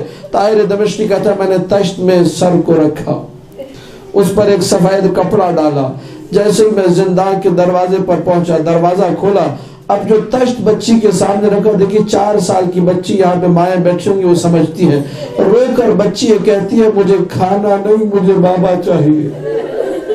کتنی معصوم بچی تھی نہ جانے جس نے یہ جملہ کہا۔ طاہر دمشقی کہتا ہے میں نے سفید کپڑے کو پلٹا، میں نے کہا یہ تیرے بابا کا سر ہے، رو کر کہا انت ابی الحسین، سر اتنا زخمی تھا کئی گھاؤ سر پر لگے ہوئے تھے، سر کو اٹھایا ہے اور اس کے بعد بوسے دینا شروع کیے۔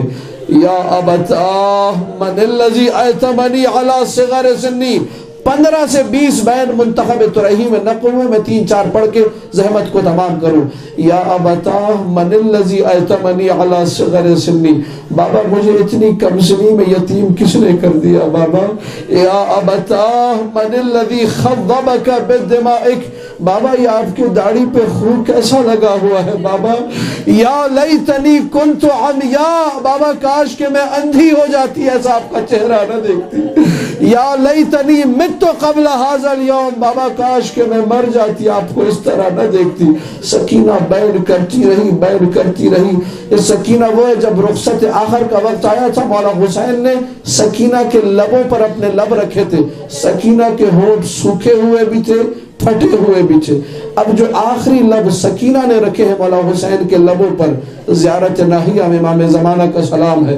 السلام علی الشفاہ الذابلات، سلام ہو میرے جد مظلوم کے کٹے ہوئے ہونٹوں پر، پھٹے ہوئے ہونٹ کٹے ہوئے ہونٹوں سے ملے، اور اس کے بعد سکینہ کے بین رکے، آواز بلند ہوئی زین العابدین کی، انا للہ وَإِنَّا إِلَيْهِ راجعون۔ عزادارو بس آخری جملہ مقطع دربندی میں روایت موجود ہے، ایک غسالہ کو بلایا گیا، غسالہ جب آئی ہے غسل کے لیے، اس نے بچی کا دامن جیسے ہی اٹھایا پیچھے ہٹ گئی، کہنے لگی میں غسل نہیں دے سکتی، جگہ جگہ نیل کے نشاں ہیں، جگہ جگہ زخموں کے نشاں ہیں، نہ جانے کون سا مرض رہا ہوگا۔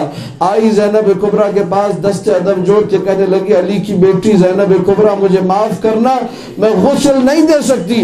جیسے ہی یہ جملے گئے تڑپ کے زینب کبریٰ نے کہا کیوں ہماری مصیبتوں میں اضافہ کرتی ہے، رو کر کہتی ہے بی بی نہ جانے کیسا مرض تھا جس میں بچی دنیا سے گئی ہے، جگہ جگہ نیل کے نشاں ہیں، جگہ جگہ بدن سوجا ہوا ہے، بس عزادارو یہ سننا تھا۔ زینب کبریٰ نے اپنے چہرے کو پیٹا، رو کر کہنے لگی جس بچی نے جب بابا کہا ہو یا تماچا لگا ہے یا کوڑا لگا ہے یا نیزے کی آنیوں سے بچی کو زخمی کیا گیا ہے، اس کا بدن اگر زخمی نہ ہوگا تو کس کا ہوگا؟ یا مولا اللہ جل